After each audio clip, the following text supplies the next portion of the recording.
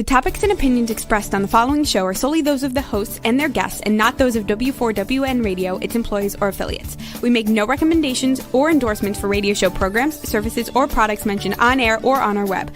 No liability, explicit or implied, shall be extended to W4WN Radio, its employees, or affiliates. Any questions or comments should be directed to those show hosts. Thank you for choosing W4WN Radio. Are you ready to take a journey? Let's connect with the healers of the world. It's that time. It's time for the Language of Healing on W4WN Radio and Talk4 TV. Now here's your host, Dr. Nicole Fortin. Hello, everybody, and welcome to another episode of the Language of Healing. I'm your host, Nicole, and today we're talking about grief and loss, letting go, breathing new in, and the process of all of that. Grief is a healthy emotion. Actually, it's part of the cycle of life. It's when we get stuck in it, and there's obviously a process involved in grief, but we're going to talk more about the process, how it affects our body, how we can work through it with it so we don't get stuck in that pattern, and it's just snowball effects into ill health and less joy in life. And we want more joy and more fun, more laughter, and a little upliftment in the dark times. Today we have a guest, which I'm very happy to have with us, Dr. Melanie Haggert. We'll bring her on, and so happy to have you here with us. So Dr. Mel, she's also a TCM, traditional Chinese medicine specialist, doctor of acupuncture. She's magician with the herbs and sound and all sorts of things. Yes. Hi. And you work a lot with like emotional health in your practice as well. Yeah, that's pretty much what my practice is based on. I found over the years, we as acupuncturists just become honestly body psychologists as opposed to mind psychologists. We just treat the body, and we treat the body by, moving barriers in those Chinese meridians. So that is what I focus my practice on, and that's how I got introduced to this. Was had some blocked, meridians, sick pathways, and I went for acupuncture almost 30 years ago, and it changed my life. And I just found it remarkable. Yeah. Yes. So, okay. Well, you would mention that you have, I don't know, we'll just cut right into this topic Sure. here. Because we are also, so as Chinese medicine specialists, this is, we move through different elements through the season, like seasonal changes, right? And so and every element or season has a theme. And this fall season here is the metal season, and connected with lungs, large intestine, and the emotion of grief. It's like the leaves falling and winter coming. Is things decompose, regenerate, rest, and then we breathe in the new in the spring. So it's a bit of a heavy time. Also, holidays are up right now, so there's a lot of things associated with grief, loss, emotional triggers, you name it. Yeah, and we're also getting into the shortest time of the year, so far more yin, which is also the time of loss and grief and death. Is the most yin, is like when both yin and yang separate, and we're getting into that real, in the northern hemisphere, very, very short daylight hours too. So, and a lot of people, it seems, pass around this time. If they're close to passing, they usually pass within this kind of timeline. What do you think that's? Again, I think it's season, time of yin. Yeah. I always thought probably it's the transitional times, because there's also the idea that when we're in the deepest depths, like just the darkest time, we go through that, and then we start to rise again into the lightest season. And that transition of raising can also be difficult for people getting ready to pass. So like the early hours of the morning when the sun is rising. Um, yeah, Yeah, it is interesting how it all it is. ties in together, like nature, you know. So, anyways, this is just a great topic to have discuss right now. And Yeah. anyone listening, you know, hope you get some cool insights from this chat. So yeah, let's hear your So, little yeah, inspiration. it doesn't have anyone that takes credit for what has written, but it just says coping with loss, and losing someone you love changes you. The world keeps moving, but you move differently. Some days you feel steady, other days the smallest memory hurts. You were not meant to get over someone who mattered. You simply learn to carry their absence um, with a little more peace. Grief softens with time. It never, ever disappears, but it becomes something you can live with. And that softening, you slowly find your breath again. So I just thought those were really beautiful words. Any Mm-hmm. anyone has or is going through some great loss right now, or new to loss, because a lot of people don't lose people until they get older. And yeah, it's grief. It's losing pets, losing miscarriage. Like there's so much loss. Relationships, marriages, friendships, like it's all pretty heavy, but we, like I always say, the sun comes up the next day and we still have to keep moving forward. And it's okay to have difficult days. And I recommend crying at any moment that you can, because that releases things that won't get stuck in your body. Yeah. Yeah. So yeah, we're going to talk today about where grief lives in the body, you know, in the physical structures, how it affects our physical and mental, emotional health, and then some cultural ways to process it, because there are many different viewpoints around the world of how to move through it, right? Um, so that you mentioned, yeah, the tears, the crying that releases, you know, stress and cortisol, because that also ramps up um, in our physicality with grief. And you also see the, you know, the shallow breathing, the restless sleeping, the, you know, disturbed appetite, you know. It affects all the organs. And I mean, that tightness in the chest, definitely grief. And a lot of people who deal with grief, whether it's a shock or whatever, sometimes after that person has passed, loved ones will get really, really sick, a really bad cold, pneumonia, digestive issues. Yeah, like that, and that heart just feels like your heart's heavy and sore. So Hmm. everything kind of related to the chest and things being stagnant. Yeah. And there's real science, you know, in fact, behind a broken heart syndrome. Like it Hmm. does create physical pain, that heartbreak, heaviness in the chest. So the heart, yeah, it's grief definitely lives in the chest there, the heart, the lungs. And then it's interesting to see that connection, lungs, large intestine, because that's the metal element. Those are the two organs connected with the metal element, versus the fire, earth, water, wood, this metal, lungs, large intestine. It's like breathing in new and letting go. And then, yeah, that I think that cycle gets a little, with the grief, it gets heavy and stuck and Yeah, difficult to it process. is. It's a difficult process, and I don't know. Us North Americans generally have a oh, we don't talk about death enough in our culture. In lots of other cultures globally, like children aren't protected from death. They get to grieve along with the whole village or whatever your community is. Where here we just like I don't know. It feels like we just embrace it and we hold on to it.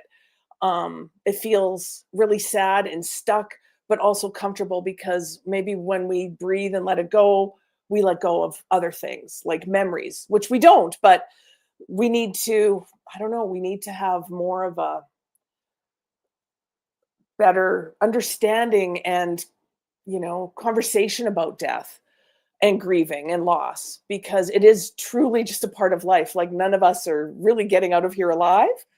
Um, yeah, we came into the world alone and we leave the world alone. But we can be surrounded by community and people and love. And that's what really gets people through a lot of grief, is that community and talking about it. Because talking about it gets things moving as well. Yeah. So I find, yeah, North Americans, again, we're also stoic, just with, how we got here. And I can handle it. We can go through this alone. And it's like, I get a lot of men and women on my treatment table that haven't even cried they have a hard time crying and getting there to release that inner deep grief. So I really, really try and focus on just moving a little bit of that too. Yeah. And because, there's on the Western, type cultures where we are a little bit more individual. Like there is a bit more separation between the community. You have to build that a bit. And some people have their, with your family of origin and but it's not quite the same as the other traditions like, we do see around the globe. Um, and then we have to keep it together. And if we're going to break down and grieve, that might get in the way of our productivities, the things we have to do, like the faces we have to keep, like that kind of societal.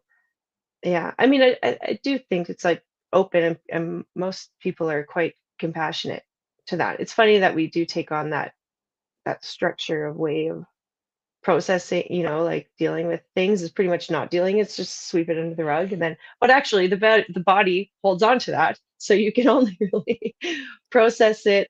And I've seen also in my practice ways that the body holds on to grief. It could show up, in the joints, like knees, like just not the inability to move forward really with it, because it is an energy, and eventually it kind of settles, um, somewhere, whether that be in the chest, the gut health, the physicality, like the joints too. I liked what you said about the breath creates the softening, because maybe that's also what it takes to open some of that up. Yeah, The breath and creates a softening. it does soften. Always recommend anyone coming in for treatment. I just practice breathing with them here, like just four breath box breathing, just to get them out of that sympathetic fight, flight, freeze mode. Because we generally all live in that, not healthy. It served us fine when we were literally like fighting for our lives, running away from bears, but we're pretty safe these days. But when a big tragic accident, like some tragic life loss, it's definite trauma. And I find pieces of yourself, I don't know, it's like a consciousness that flies out of you. And I find trauma, grief settles into those spaces within the joints. So yeah, a lot of joint pain, a lot of wrist pain. The large intestine and lung meridians run like up through joints and wrists and thumbs. And I find people get a lot of pain through there. Same with knees, like it kind of affects everything, but back pain, hip pain, shoulder pain, because I mean, our lungs like sit right under our shoulders, and lung one starts right here Mm, in the meridian. So even doing if you don't know what to do and you're just feeling really stuck, even just doing some tapping in and around that area is really, really gentle and can start to release some of that, stuck energy yeah, just into. thinking about that feels good. It does, yeah. And it's amazing Yeah. when you touch it, it's So like, oh, it's tender. it's just like in Yeah. the little, yeah, crux of the armpit, up Mhm. closer to the collarbone. Yeah. Yeah, it's funny because, well, not funny, but chi, we talk a lot about chi, and the emotions have a certain effect on our chi. So for example, joy, laughter, it relaxes the chi and it creates a space for breath and ease. Fear really sinks the chi. If you're really And in, condenses it. yeah, fight, fright. Well, also worry knots the chi. Um, and then grief creates, it's like a deflates, it's like a sinking. And then if you think about the lungs as a flower, it's like a wilting flower. And, I just imagine bringing, I don't know, it's like boosting it a little Mhm. bit. You make them happy lungs again. But it's just interesting to feel the different sensations of what emotions do to our body. And yeah, so fear, grief is really that the sinking. So I like this. What else can we do to help? Um, I know it sounds really weird, but if you're really stuck and can't cry, because when you start moving emotions, that's when your body is ready to actually start moving. Some of us, because of past trauma, go through some grief, they still stick. And I have people in here that is like, I still haven't cried over my whoever's death, my partner's death, my mother's death.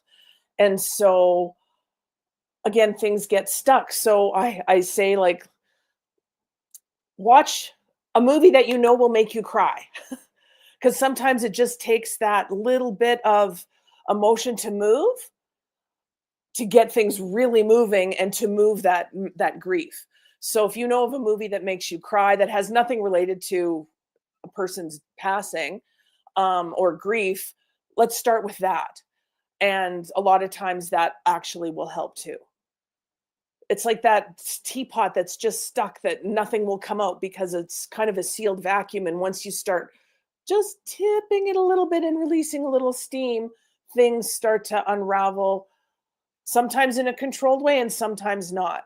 I always send people home with homework. And if if they've been really stuck with that emotion of crying and letting go, to watch something. And my homework is, if you can have a really ugly, snotty cry, that will release so much cortisol, endorphins, and everything else to get the body actually moving. And it's okay to do that. And I always say, it's a safe place in your car, not driving and parked, because you can yell and scream and get angry, which also gets things to move too. So that's like a really weird thing of homework, but I really recommend it. Mm-hmm. Yeah. That's a good one. Does Mm-hmm. that make sense? Sometimes Yeah, we do need of to get course. angry to get Yeah. that moving, so then we can start to cry. Oh yeah. Anger is a great motivator or a great way to reestablish some boundaries or some it's like you see what you're faced up against. And so while repressed grief definitely can trigger some of that because while anger is more of a like yeah, the pressure is high, it like raises the chi almost. So like in a way, it's kind of the opposite of the the the downwardness of grief, like, you know, but it yeah, I mean that's how where we see some strong emotional reactions when there are healthier ways to process it on a slower, like the volcano slowly erupting. Yes, I always And recommend, I that. mean, anger is just also that part of grief. Like, it is one phase of that grief. Yeah. Like, how, like, why did this happen? And angry for the world because, yeah, you've lost somebody. But Yes. and again, highly recommend, when you're yelling and letting that, like, don't put it towards anybody. Like, try and be conscious and be very Yeah. aware of, like, being angry. And if you are, like, really short to temper, check in and see why. Yeah. And don't unleash the hounds on anybody, because no one deserves that, and it doesn't help anything. Yeah. So Well, then it kind of creates this like reaction to the reaction, with others around us too. It's mhm. not always wise responses. Another thing I've tried in the past is you can throw eggs in the shower. Ooh, that's a good I one. think just I think breaking something feels good and cathartic, and it's easy to clean up. It's pretty benign, but yeah, Oh, I'm gonna use that. That's a yeah, great one. Breaking yeah, some eggs. Yeah, breaking eggs. Yeah, breaking eggs. yeah, or in Yeah, your garden if you want a little extra fertilizer. I don't know true. if that actually works. Do you think so? Yeah, Oh, for sure, why not? It'll yeah, feel good, and then you can also, like, get angry and seriously pound in the dirt. I That's why I love spring for that, and because that really gets things moving after our long, cold winter, especially here in North America. yeah, And if we've had this grief for months, it kind of, we sit with it for our, months in our northern climate. But then, yeah, when we head into spring and things really start to move, feels good to get that aggression out on something else. So, Mhm. I mean, a Yeah, lot of it people helps. like to work out too. Sorry. Yeah. Like Yeah, that's true. walking, moving, dancing, Ugh, you know, dancing. One of my dancing. favorites. Me too. Um, Even like I'm going to tell a little bit about my husband. We've unfortunately had a lot of close friends pass in the last few years, and so many, in fact, that we haven't been able to work through each amount of grief or bout of grief, I would call it, because there has been just one after the other. So we kind of repress it, and we started doing some qigong. And after like 2 sessions of some qigong, all of a sudden my husband's heart just absolutely broke open, and he had uncontrollable tears and crying for a week. Didn't know what was going on, but it kind of helps to move a whole lifetime of, grief. So that was pretty spectacular to watch that one unfold. And Yes. yeah, Yeah. crying, So qigong. Mhm. qigong, tai chi, yoga, Yeah. anything that opens the chest and, gets things moving in a gentle way. But yeah, you'd be surprised at the deep healing that it will help with. Yeah, Mhm. facilitate. That's the word. Yeah.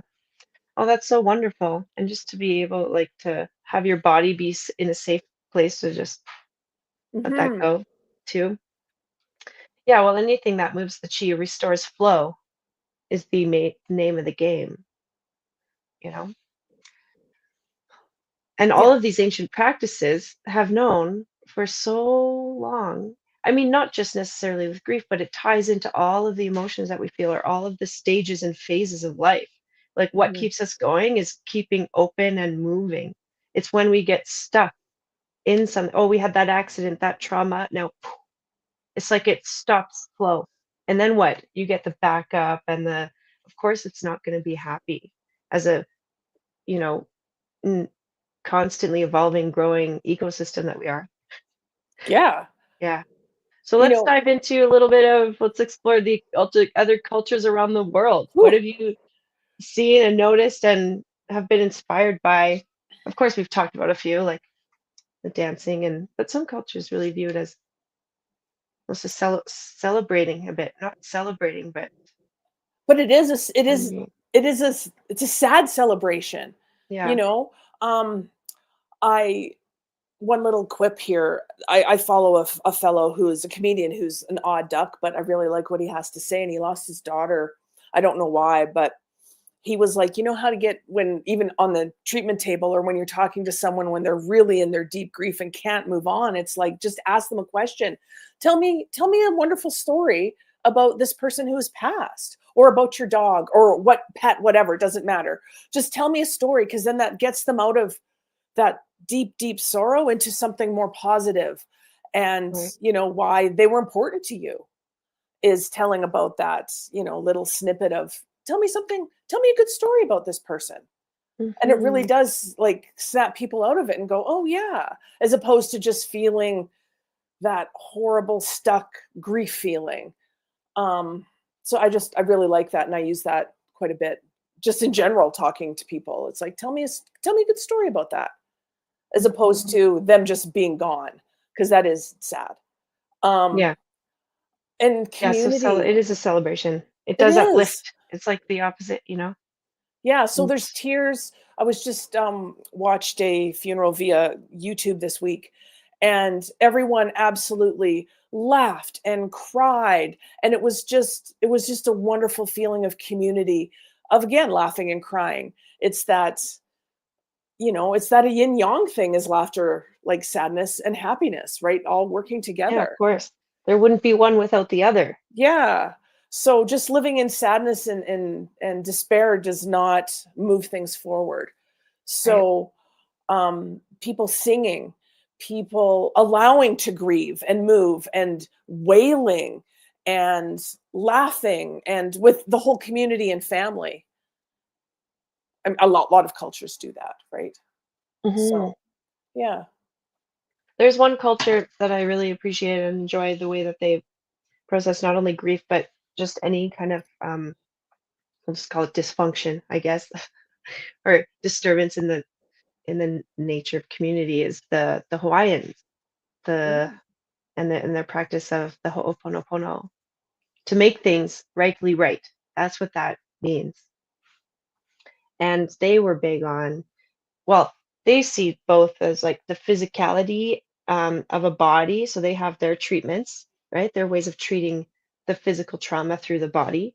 It's funny that the like somatics are such a buzz thing right now because it's like such ancient knowledge, you see that, or, it's just, it is not new. It is very old. The intelligence of the body is incredible. And so there was that physicality treating the body individually.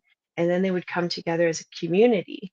And it's like you wouldn't leave that circle until things were rightly right. It's like to make things, yes, whole and float again. There is much more to that practice, but um, sometimes I think that's the missing link in a bit of the Western culture or Western mind is the community aspect of it. Um, that we talked about at the beginning. So Yeah. Yeah. And just, I think the biggest thing for other cultures is their community, like when someone passes, for Irish people, they go and have a wake.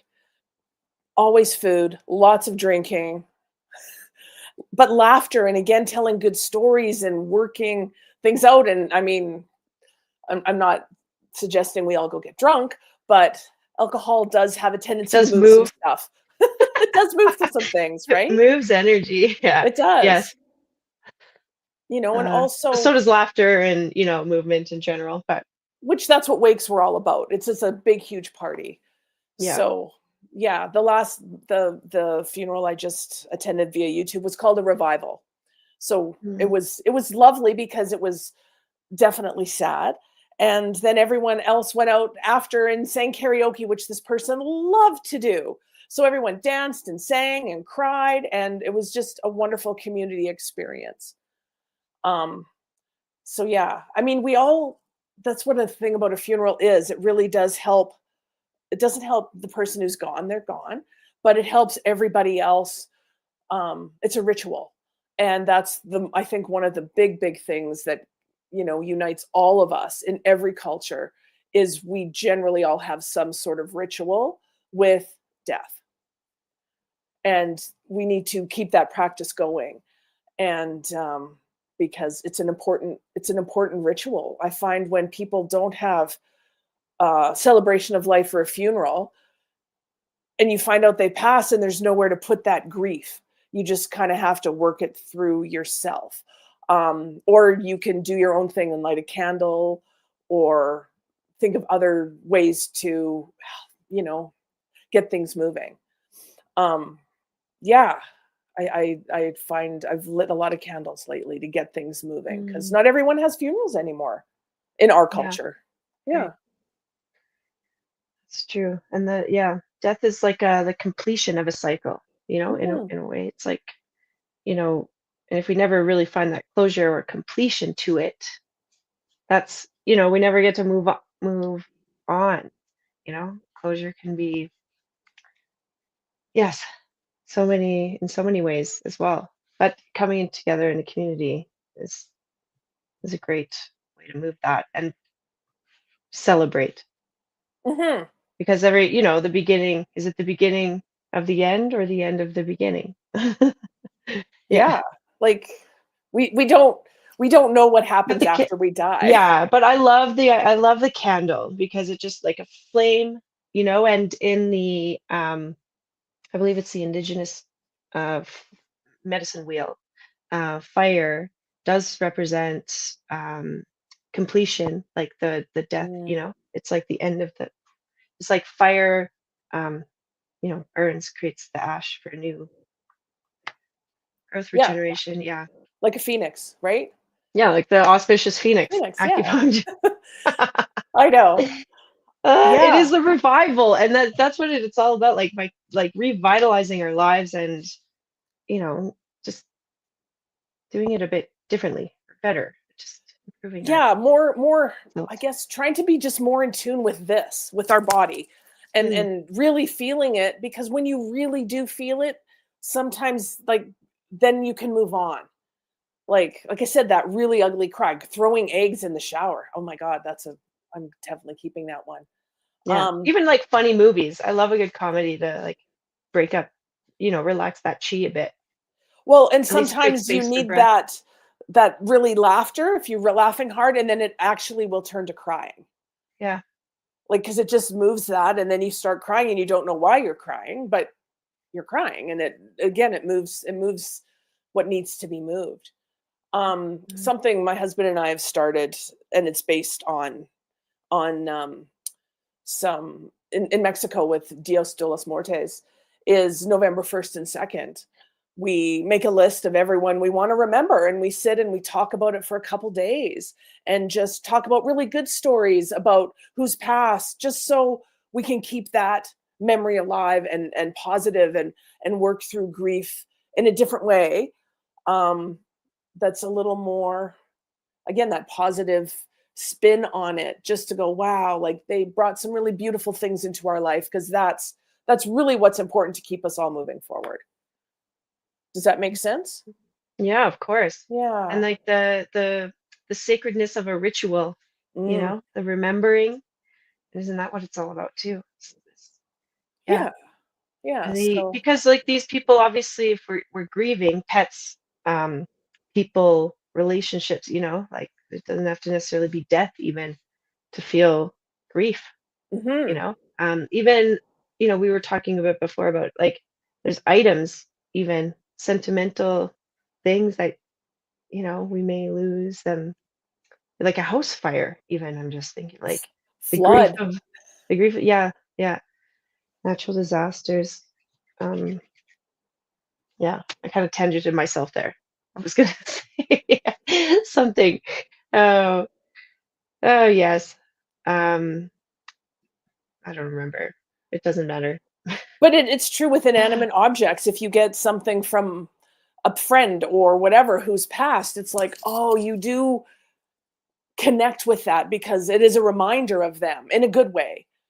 Yeah. Oh So, yeah, that's it's like, just it's weird and honoring honoring. it. And Yeah. because they're obviously we're feeling deeply because it meant so much to us. It brought such value to our life, or valuable lessons. Maybe it wasn't always good either. Like, and maybe it showed a lot of anger too. That's also can be quite a blessing because now you get to really feel that boundary, I guess, Yeah. of what to do, next time, like how to bring more in, that nourishes you, that does, you know, kind of make you feel better and happy. And yeah, lifelong learner. And I always feel like when someone that's very close to you passes and you feel that grief, it's also an inspiration. Like, we can use that as inspiration to do better and do more, and really, you know, lose the things that don't bring us joy. Lose the things that don't serve us well, to move forward and have a more fulfilling life. Does Yeah. that, Oh like, yeah. Like that's a I huge pattern. Yeah. one of my um yes, obviously there's maybe like different aspects of grief, loss, sadness, sorrow, because there's like the true loss of someone, like that grief. And then you've got, the rituals, the remembrance, the really held close to the heart, those dear, dear aspects. And then there's just even the idea of purging your house or clearing out the clutter and the time of metal. I like to visualize that as like metaphorically a mountain, and if we're climbing the mountain, we want to be as light as possible. Like we're not packing extra things with us as we're trying to, reach a new level, so to speak. So letting go of things that weigh you down give you more energy to move ahead.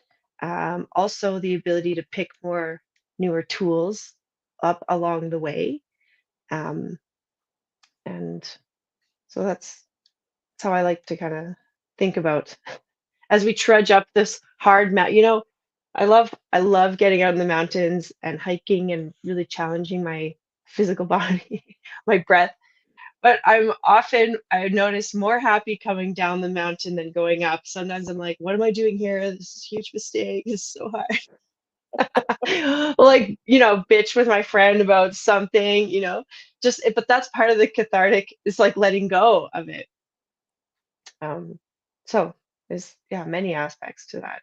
Yeah, I I don't know. find the metal and like even you want to get rid of something that serves no purpose, like even taking the metal of an axe and just like chopping it up into bits. Well, And then yeah, maybe even just taking a little bit with you as opposed to the whole thing, yeah. you know? And chopping it up, like taking stock almost, so to speak, actually allows that wood, to become like kindling. It's easier to start a fire with. It's like easier to, keep that fire burning versus trying to burn a whole log. Maybe the piecing it together, because metal is like a sword. It can be sharp. And metal also represents our emotional self, our emotional maturity. So when we think about like the words we're using, the actions that we're doing, you know, thoughts, feelings, beliefs, all of that, it can be sharp. Like it is, a Yeah. word is our wand, type thing. It can be, yeah, we can shape, and like a beautiful piece of carpentry, or like a finishing carpenter, or an artist. I mean, that's Yeah. like precision of metal. You can clear and release, and like and metal is the gem, it's our the gem of our existence. And it can be buried under such gunk that we forget our own brilliance, or the brilliance of life in general. And yeah. Yeah. Just even with just 5 elements in Chinese medicine, there's so many metaphors for every element and every kind of phase that we go through in life. And yeah, like what you said, like climbing that mountain, that's what it feels like. Also, the air gets thinner up there, Mm. you know? Um, but coming down does feel good because again, it's that cathartic thing. I've found that being involved with friends and loved ones who have tragically lost somebody, and we all go through the grieving process together as a small group. You go through the funeral, we all speak because you're so in it. Um, that new people come into the funeral and they're like finally letting go. So I found that is really interesting. And you think after the funeral, you're going to feel better. And sometimes you don't. Sometimes it is just a weird, it's like you're so busy planning because usually funerals celebrations happen very quickly after a person's passed. Then everybody goes away and does their thing, and then you're still stuck in that, whew, what do I do now? Um, I don't really have a lot to say about that because we all deal with things differently, but check in Mm. with your loved ones who are going through this. Like post a week after a funeral, after they've like gone through everything, because that's when they start to go through the emotions and everything of like the grief and the anger and all of that. And sometimes they are alone because after that community is gone and we celebrated, that's when it gets, I think, really sometimes very challenging for people. Yeah, that's a really good point. I'm glad that you brought that up, because it's the after, like when once it, yeah, you're kept really busy, and then it's the longevity of it. It's like this, back to that, um, the little blurb you had read It at kind the of like, beginning, yeah, that yeah, it's never gone. It's like it's reliving, it's relearning, you know, to walk again with this. It is. And Yeah. walk differently without those people in your life. Yeah. And then as you know, especially keep moving, there are like different challenges that come up. So I, yeah, really appreciate the checking in, the community, continuous community. That's key, critical. Yeah, because when, things happen, especially grief, like loss of whatever, when everyone's in a deep mourning, you get absolutely loaded with food and people and Hmm. what can I do for you? And then again, after the ceremony and that ritual, it's like no one brings you food anymore. Like it's like, oh, and I think we need to work on that as our Western culture, because it's like, yeah, we do all this and then what? And I think a lot of people that I've dealt with, like patients and such, it's like, yeah, now what?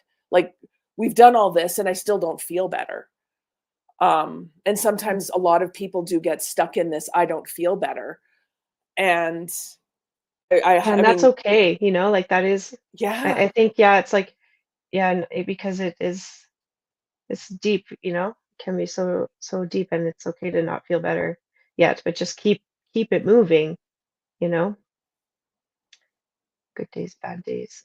and that's okay, kind of embrace them. And if you feel like really sad and shitty, feel sad and shitty. But take note and try and not and get stuck there. Um, tools, go for grief counseling. They know what Yeah. they're talking about, and I always recommend everyone do that. Psychology for the brain for that is very good.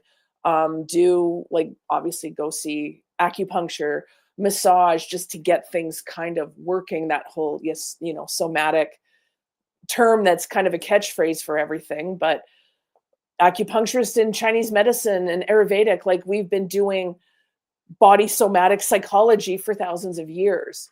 So, we have our own metaphors on how we talk about, meridian systems and organ systems. And it's quite poetic and really beautiful when Mhm. you talk about those in that kind of way. Yeah, that's a good one. And sometimes, like I noticed for myself, or, I think it's just a good um, activity, if you are getting stuck something, like, obviously there's the things like the just literally snapping out of it, like creating some movement, the tapping, um, but also just doing something that you're really good at. Like, I'm really good at driving. I'm just gonna get in my car and I'm gonna drive. Or uh, I love laundry. I'm gonna, I'm gonna Yeah. fold something, like, whatever. Just something that breaks up um, a bit of that cycle. It doesn't have to be big, doesn't have to make you feel better. It's just moving, you know. Yeah. And but there's a power of the pause and honoring. Mm. It's not about letting go of that or rushing through anything. Back to our type of mentality of, just sweep it under the rug type thing. And how do you know when you've really like moved on, There's I don't know. There's so many layers. Like, I still hear songs from, oh, my sister-in-law's funeral from 25 years ago, and I hear it, and I still start crying. 25 Yeah. years, like, it just, and I let myself, I'm like, "That's okay, because it's remembering and honoring that person." Or, you hear something that will make you laugh from the person, and just laugh, even if you're by yourself, or, you know, I don't know, I Mhm. find, because of my age, walking in grocery stores and whatever stores, I don't know, 80s, 90s music is very popular.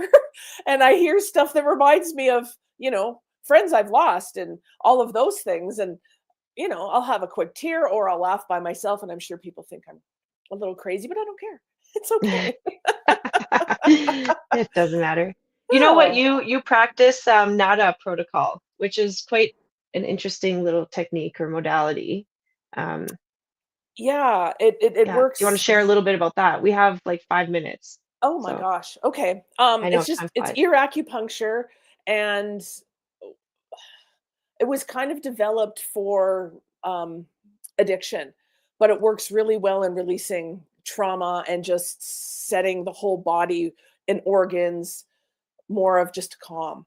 It's just 5 points in the ear, which you can put needles in, or you can also do ear seeds. And I find I've worked in groups that never wanted, no, we're not doing this. I'm scared of needles. And they see one person and they're all laughing. And then all of a sudden the whole room goes quiet. And it's like everyone's just working very gently through what they need to work through. Yeah. Without, Sometimes and the it's most subtle, nonverbal. Yeah. yeah. So most subtle things can be, you know, in a way, nonverbal is good because then you're just tuning into the body is speaking.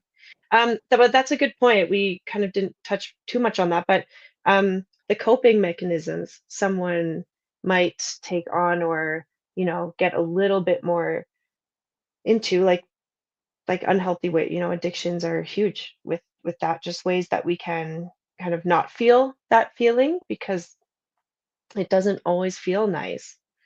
So yes, that's another aspect that acupuncture or NADA protocol or, going to therapy, doing all the things can help, because those are inevitably going to show up, right? Like, how can I cope with this? How can I process this? And Yeah. So again, highly recommend doing some body work with an acupuncturist or massage or whatever works for you. Um, and also psychology. Like honestly, go see some grief counselors because they really do. So like, yeah, let's work on your mind and your body by releasing all of those things that need to get you moving forward. Because a lot of people will start smoking, um, will start drinking because the pain is just so much that you just want to numb out. And yeah, so addiction after a big loss and grief is really, really common. And you don't really want to go down that because that's a whole other thing plus grief to get working through. yeah. So, And yeah. on the note of smoking, because it's lung related, Mhm. which lungs are kind of the organ that holds grief, if it lives in the chest. So it's interesting. It's like a little like smoke screen over. It's like we don't see you. Yeah, like let's just calm this down and have a Uh, cigarette because it does yeah, feel like we're calming that down. yeah, And I mean, originally tobacco, nicotine, like that was a spiritual, like it was a uh ritual, right? Like it right. was used in ritual. And that's okay using it in ritual. That's when all those things, same with alcohol, a ritual. But when you use more of them and more of them and becomes an addiction to repress all of that, feeling that's overwhelming, that's when you definitely need to, I guess seek some help. And there's nothing wrong with that ever. No judgment ever. Mm. Yeah. No, there are so many wonderful people and community and modalities out there to really help move through some of the difficult things or things we can't really even express well. We might not even know, Hmm. right? So, yes, highly recommend reaching out to skilled professionals such as Dr. Melanie of Auspicious Phoenix Acupuncture if you are in the Calgary area. Of course, you can go see her, book with her at auspiciousphoenixacupuncture.com. And even some of that, yeah, that psychological, like the talk therapy too, community help and support. Um, yeah, thank you for helping us guide us through some process around grief and loss. Thanks for having me. Oh yeah, Yeah, it's been a lifetime of learning and unfortunately a lot of grief in my life. So I've just taken things that have helped me move forward. And mm, yeah, I'll share that with anybody. yes, yes. Yeah. So, any final notes, or what will you take with you from this conversation that will help support you in moving forward? Oh, you're asking me? Yeah, Or sure. just in And the general? audience. And the audience. Yes. Why Just not? yeah. Don't be afraid. Don't be afraid.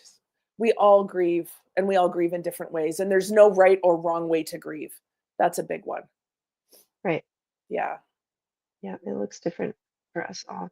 Mhm. So Good. Well, thanks again so much for this really enlightening conversation and celebrating different stages of life and growth evolution.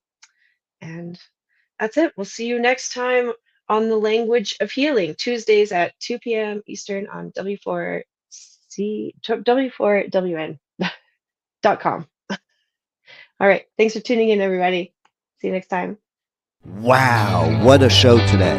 And the journey does not stop here. Come travel the world with Nicole every Tuesday at 2 p.m. Eastern Time as together we become more fluent in the language of healing on W4WN Radio and Talk4 TV. See you next week.